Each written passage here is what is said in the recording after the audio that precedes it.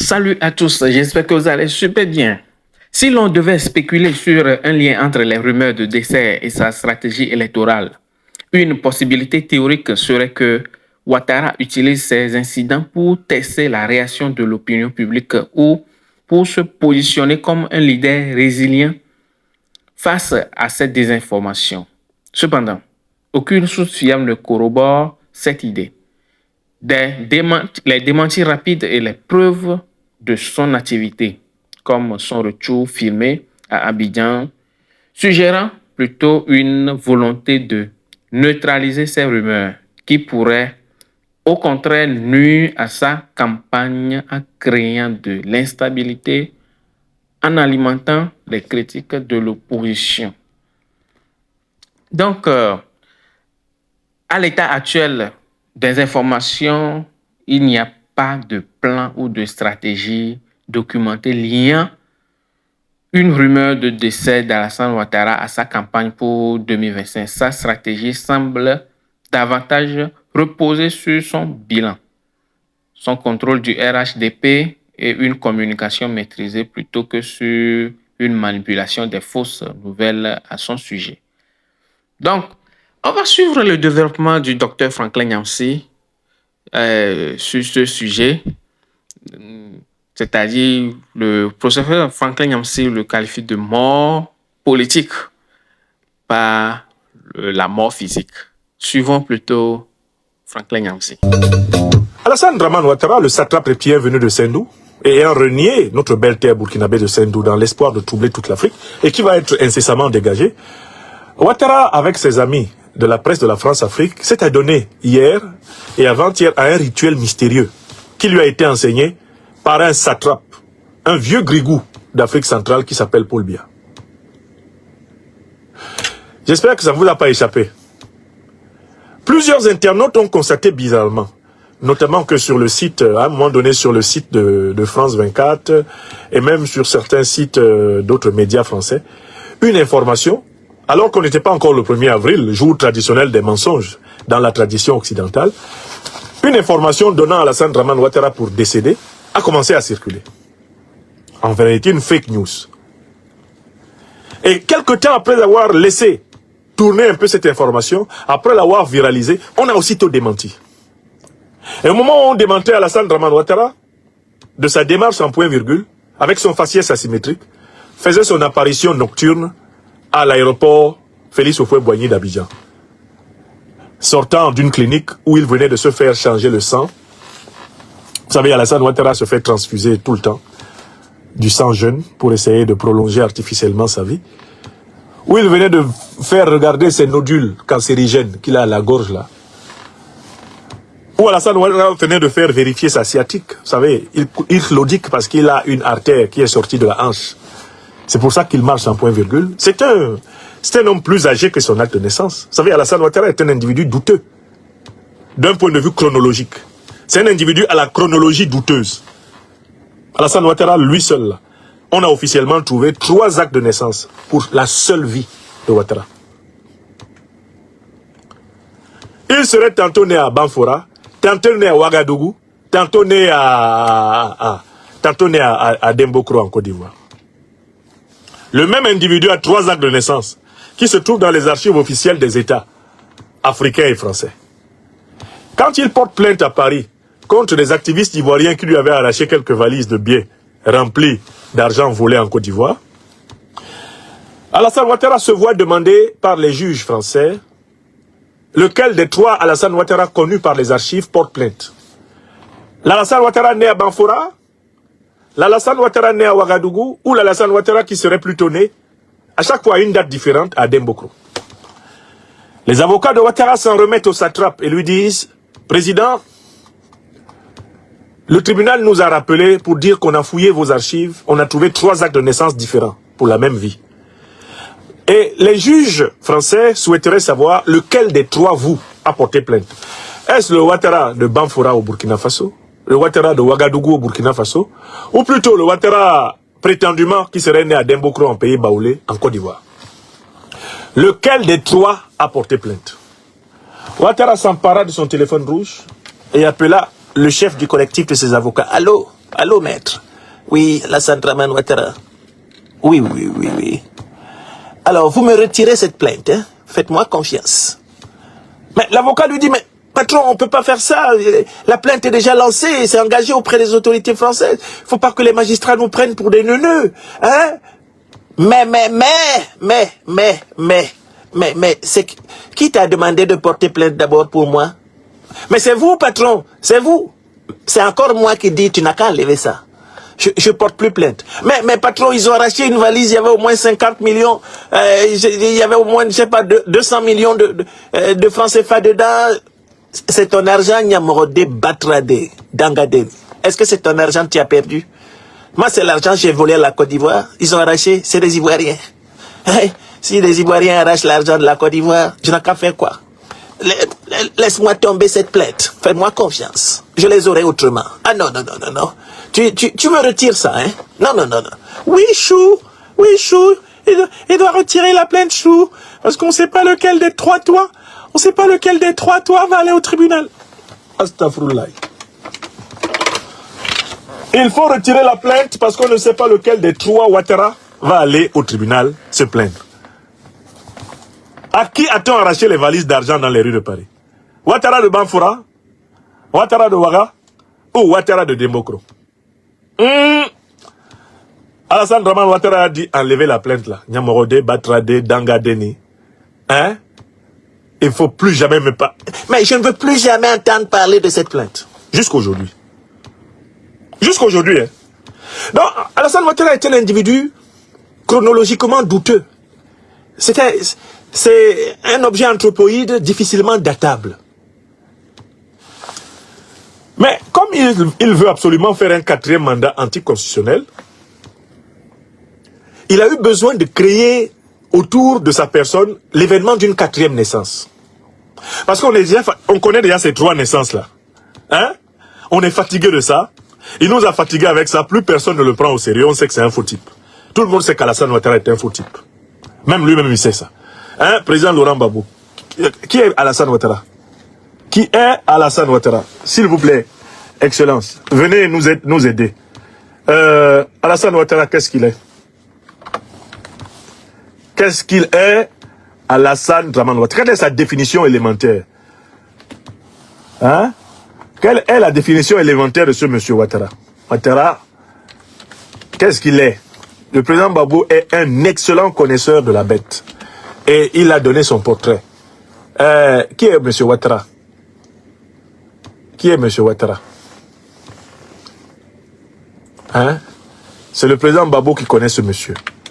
Alassane Ouattara est quoi? Attendez, on va trouver ça facilement. C'est quand même une vidéo facile à trouver. Président, qui est M. Ouattara? Pardon, parlez un peu. Éclairez-nous. Dans le final, notamment, Alassane Ouattara, par exemple, a dit que si vous êtes gagnant au premier tour, ce sera dû à la fraude. Mais Alassane Ouattara est un menteur. Voilà. Et je le répète pour vos auditeurs ouais. et pour vos téléspectateurs. Tout à fait, c'est important. Il ne faut pas que les gens fassent attention à son esbrouf. Voilà, merci président. C'est parce qu'il est menteur. Oui. Qu'il n'a jamais réussi à arriver au pouvoir depuis 1993. Très bien. C'est un gros menteur. Alassane Ouattara est un mythomane. En fait, le mythomane, c'est celui qui ment et qui y croit. C'est-à-dire que Alassane Ouattara ment si naturellement que quand on le voit mentir, on se demande comment c'est possible que la vérité soit possible. Sa nature est tellement mensongère que finalement, avec lui, le mensonge est un dire vrai. Alassane Ouattara est authentique quand il ment. En fait, Alassane Ouattara, c'est l'un des rares hommes pour qui le seul jour qui existe dans l'année, c'est le 1er avril. Tous les jours sont le 1er avril. Alassane Ouattara dit des poissons d'avril du matin au soir. Quand Biden et puis Kamala Harris semblaient faire une campagne extraordinaire et semblaient promis à gagner l'élection présidentielle américaine, Ouattara a saoulé tout son entourage avec sa maîtrise de Biden. Mais Kamala, c'est une jeune sœur. Hein? Tu sais, mais je l'ai dépanné. Hein, Dominique? Oui, chou, elle venait manger chez nous quand tu étais à New York. Mais Dominique, Tu sais, Kamala, c'est une petite sœur, c'est moi qui lui ai appris la politique. Mais même Joe Biden, hein, tu sais, Joe, il savait pas s'exprimer. C'est moi qui lui ai... Vous savez, Joe, il était même faible en anglais américain. C'est moi qui l'ai formé. I have formed Joe Biden. Et quand il dit ça, là, son entourage qui le connaît, l'applaudit. Parce qu'en fait, pour faire plaisir à Ouattara, il faut l'applaudir quand il ment. Il faut lui donner l'impression que tu le crois. Plus tu lui donnes l'impression que tu le crois, plus, en fait, Alassane Ouattara, il t'aime. Et puis, il aime être entouré de gens qui disent des gros mensonges qui passent. C'est pour ça qu'il a recruté des gens comme Adjoumani, Touré Mamadou. Vraiment, c'est des gens qui sont compatibles avec Ouattara parce que quand Ouattara les voit mentir, il dit mais il a de l'avenir. Hein. Ah non, Dominique, il est brillant. Ah non, tu as vu? Mais tu as vu comment il a mélangé le coin? Ah non. Alassane Ouattara, on gravit les échelons dans son système à proportion du degré d'amour du mensonge. Plus tu mens, plus tu lui plais. Plus tu lui mens, plus il te trouve vrai. C'est-à-dire vraiment comme lui. Voilà l'homme. C'est pas une insulte, hein, c'est la description. Alors il a un problème. Comment créer le buzz autour de sa candidature inutile? Parce qu'il n'y a pas élection en Côte d'Ivoire. Il exclut des listes électorales le président Gbagbo. Il exclut des listes électorales le président Guillaume Soro. Et il dit qu'il y a élection. Il y a quelle élection? Il n'y a pas élection. Les seuls qui peuvent battre Ouattara aux élections, il ne veut pas qu'il soit dans la liste électorale, il ne veut pas qu'il soit candidat. Et à quelle élection? Alors, il veut créer un événement soporifique, artificiel autour de sa pseudo-candidature qui ne sert à rien. Puisque de toutes les façons, dans le schéma actuel, Ouattara n'a pas d'adversaire. Ne me dites pas que si Ouattara doit affronter KKB, affronter Blé Goudé par impossible, même Blé Goudé, il a exclu des listes. Imaginons que Ouattara veuille affronter même Tidiane Thiam. Mais Tidiane Thiam a déjà dit qu'Alassane Ouattara s'apprête à exercer un 4e mandat anticonstitutionnel. Donc Tidiane Thiam a déjà accepté que Ouattara, selon leur plan de la France-Afrique, est le futur président. Lui, il veut juste que Ouattara le laisse être candidat, après il va le nommer Premier ministre. Ce sera le Graal pour Tidiane Thiam. Lui-même, il est dans la propagande de Ouattara. Il dit, il s'apprête à faire un 4e mandat anticonstitutionnel. Quelqu'un n'a même pas encore dit qu'il est candidat. Toi, tu le vois déjà faire le mandat. Ça veut dire qu'en fait, toi, tu veux être Premier ministre. Tidiane Thiam. Tout le monde a compris ça. Hein? Bon, Alassane Ouattara veut quand même créer un buzz, comme on dit à Abidjan, autour de sa pseudo-candidature qui n'intéresse personne. Puisque c'est une candidature sans envergure. Une candidature sans enjeu. Et c'est une candidature d'un type qui n'a plus rien à montrer aux Ivoiriens. De toutes les façons, tout ce dont il était capable, on l'a vu. Bon. Monsieur a pris son téléphone et il a appelé un spécialiste de la situation, un spécialiste de la pourriture politique. Paul Biya. Allô? Allô, c'est Alassane. Allô? C'est Chantou. Ici, vraiment au Cameroun. À qui ai-je l'honneur? Mais, Chantou, ma fille, tu n'as pas reconnu la voix? Tu n'as pas reconnu la voix du satrape reptilien venu de Saint-Dou pour troubler la paix des Ivoiriens? C'est moi-même. Oh, papa Alassane, c'est toi-même qui es là. Et je sens que tu veux parler à ton grand frère bien-aimé et ton koukouma. Il vient même de se réveiller là. Il vient de manger le ndoba kabat avec un petit verre de matango. Je te le passe alors si tu as une question à lui poser. Mais, Chantou, comment tu sais que j'ai une question à lui poser? Je me prépare à entrer en campagne, mais il me faut un événement. Qu'est-ce que je peux faire pour donner l'impression d'être un homme neuf? Tu sais, avec mes 3 naissances, les Ivoiriens sont fatigués de moi. Mes 3 faux actes de naissance. Ils savent que je suis un faux type. Mais alors, il faut que j'organise une nouvelle résurrection. Une magie. Mais il faut que... Mais pour ça, j'ai besoin des conseils du dictateur multiquarantenaire. L'autocrate de Yaoundé. Le satrape. Le vieux grigou, comme l'appelle ce voyou de Franklin Nyamsi ou à Cameroun. Je te le passe. C'est le plus grand technicien dans l'affaire. La résurrection des fantômes. Je te le passe. Papa Poupoul. C'est ton petit frère Ouattara. Allô? Mais Ouattara, je t'ai souvent dit de ne pas appeler après minuit. Après tout, ma femme est encore un peu jeune. Je n'aime pas qu'on appelle à des heures tardives comme ça. Mais, grand frère, n'aie pas peur. Moi-même, tu sais, j'ai truqué mes actes de naissance. Tu me dépasses à peine de quelques mois. Je suis un petit vieux. Tu ne risques rien, grand frère. Je peux appeler même après minuit. Hein? On ne pense plus à ces choses-là. On a fini avec ça. Non, je t'appelle parce que vraiment, j'aimerais que tu me conseilles sur la meilleure manière d'entrer en campagne. Mais, Ouattara, combien de fois je t'ai donné des conseils sur la meilleure technique de durer au pouvoir? Mais tu sais, grand frère, là, il faut que la répétition est pédagogique. Fais-moi confiance. Fais-moi confiance. Il faut m'expliquer. C'est très simple. Comme tu as décidé de confisquer le pouvoir en Côte d'Ivoire, tu dois simuler ta mort. Pour donner l'impression que tu es un homme nouveau, tu dois sortir du tombeau. Comme Lazare dans la Bible, on doit dire, Ouattara, le chameau, lève-toi, sors de ce tombeau et marche. Donc c'est très simple. Tu passes un coup de fil à Marwan Ben Yamed, ce vendu de Jeune Afrique. Tu appelles Bois Bouvier et Perelman, les gens de la presse france-africaine. Tu leur dis de dire que tu es mort. Pendant qu'ils disent que tu es mort, je dois dire que tu sautes dans un avion en direction d'Abidjan. Et donc pendant que tout le monde est dans les mois, les gens en train de danser, ah il est mort, oh qu'est-ce que c'est bien, ah finalement Dieu nous a libérés. Ah, tu sais, moi je connais ça. Ah, les Camerounais ont déjà organisé des fêtes.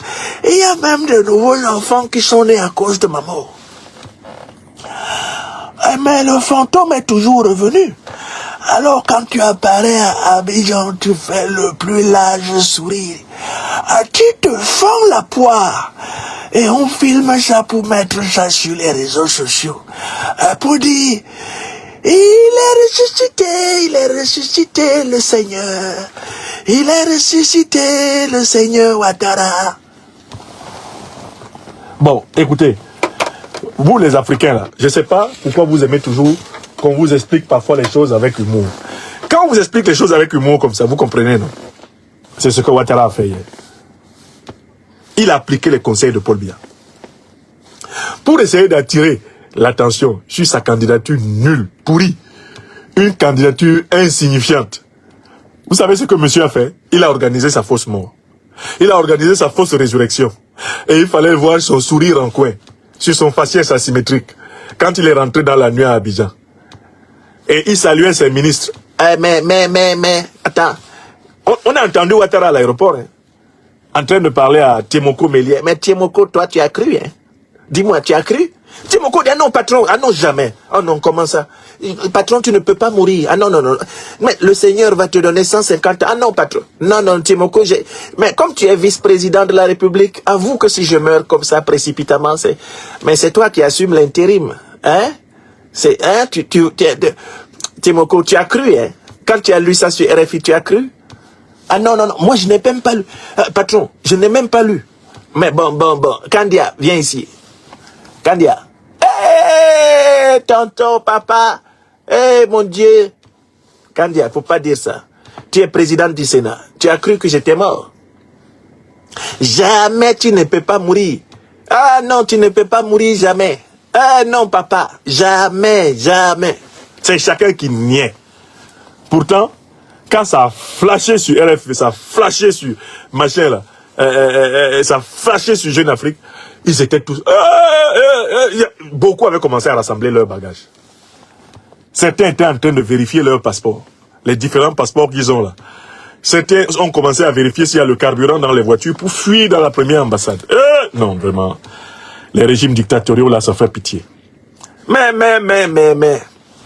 calmez-vous, hein. Ça, c'est un petit micmac. C'est tonton Popol qui m'a appris ça. Voilà comment le gag est fini. Donc, Ouattara, il joue à sa résurrection fantomale, d'accord? Et je vous avais prévenu quand ça a commencé. J'ai dit, attention, il est en train de faire le jeu du vieux Grigou de Yaoundé. C'est le vieux Grigou de Yaoundé qui lui a dit ça. Vous savez, Alassane Ouattara sera chassé par le peuple ivoirien. En plein jour. Il n'a pas besoin de mourir pour quitter le pouvoir. Il sera chassé. Ouattara que vous voyez là. Et je finis là-dessus. Alassane Ouattara est déjà politiquement mort. Il est politiquement mort parce qu'il n'a plus d'alliance dans le pays. Il est politiquement mort parce que tous les mensonges grâce auxquels il a manipulé le peuple ivoirien sont à nu. Il est politiquement mort parce qu'il est dans une configuration d'hostilité géostratégique et géopolitique. Il n'a plus l'avantage d'une CEDEAO qui était unie autour de lui. C'est terminé. Ouattara est politiquement mort parce que ses tuteurs français sont en perte de vitesse. Ils sont noyés dans leurs propres problèmes ici. On va en parler. Ouattara, qu'on voyait là, il est politiquement mort parce que il avait misé sur les démocrates aux États-Unis. Bien que les intérêts américains soient permanents et que Donald Trump va tenter de continuer à les défendre dans la trace de Joe Biden, Ouattara n'a pas la main qu'il avait dans l'administration démocrate. Il est en grosse difficulté depuis que Trump est arrivé. Donc Alassane Ouattara que vous voyez là, c'est cabri mort sur le plan politique. Je ne parle pas de la mort biologique, je parle de la mort politique. Pas d'alliance dans le pays, pas d'alliance solide dans la sous-région, pas d'alliance solide sur le plan géopolitique et géostratégique. Un discrédit international et il est le dirigeant africain le plus détesté des Africains. Donc Alassane Ouattara est un mort politique. Il est déjà débranché. Maintenant, il lui reste juste à être déposé physiquement du pouvoir par le peuple ivoirien. Et Dieu lui-même choisira le jour où il le rappelle pour l'inscrire dans la nuit, j'en suis convaincu, de la destruction éternelle. Vous voyez, c'est ça Ouattara. C'est ce que je voulais que vous compreniez. Il est déjà politiquement mort. Sur le plan politique et spirituel, Alassane Ouattara fait partie désormais des déchets akashiques. D'accord? Mais, sur le plan physique, c'est Dieu qui va décider. Sur le plan politique, le peuple de Côte d'Ivoire va se libérer d'Alassane Ouattara. Écrivez ça. Écrivez ça. Et j'ajoute toujours ce chapitre en disant que personnellement, mon analyse est que le futur président de la République de Côte d'Ivoire, eh ben c'est Guillaume Kibafori Soro. Parce qu'il connaît très bien son pays, la Côte d'Ivoire. Il y a été préparé, il a été préparé aux plus hautes fonctions. Il a l'énergie qu'il faut pour conduire le pays et il a la capacité de le rassembler. Il est dans la force de l'âge et de l'expérience pour s'occuper du pays. C'est lui. Si la Côte d'Ivoire veut se relever, il faut qu'elle se confie à un homme d'expérience, un homme qui a de l'énergie, un homme qui a la capacité, l'envie du rassemblement, du pardon, un homme qui sait apprendre de ses propres erreurs, un homme qui est humble. Guillaume Kibafori Soro, le leader de Génération Un Peuple Solidaire. Bon, comme je suis son ami, comme je suis son conseiller, comme je suis membre du mouvement Génération Un Peuple Solidaire, vous pouvez dire que je suis subjectif. Ok. Mais, n'oubliez pas d'écrire que le jour où cela arrivera, il faudra venir ici dire que ma subjectivité était objective. J'ai analysé la situation politique de la Côte d'Ivoire. Il n'y a pas un homme d'État qui soit mieux placé que lui pour s'occuper de la Côte d'Ivoire. Alors, il y a bien sûr un homme d'État qui a de l'expérience, qui a du coffre. C'est le président Laurent Gbagbo. Mais le président Laurent Gbagbo lui-même l'a dit. Il a déjà dit. Il a déjà accompli l'essentiel. Là, il est en train de préparer la transmission. Le premier jour qu'il a parlé, à son retour en Côte d'Ivoire, devant ses propres camarades du PPACI, c'est ce qu'il a dit. Et je pense que ce qu'il a dit là est vrai. Là, il mène un combat pour rendre la Côte d'Ivoire aux Ivoiriens. C'est ce que fait le président Gbagbo. Mais il ne mène plus un combat pour être président de la République. Il l'a déjà été. Celui qui n'a pas encore été président de la République, qui a l'énergie de la nouveauté pour l'être, et qui a l'expérience du pouvoir, et la capacité de tenir la Côte d'Ivoire, de rassembler la Côte d'Ivoire, et de la souder à l'alliance des États du Sahel. Celui qui a de l'avance sur ces chapitres-là, c'est le leader Guillaume Kibafori Soro. Regardez ce qui va se passer.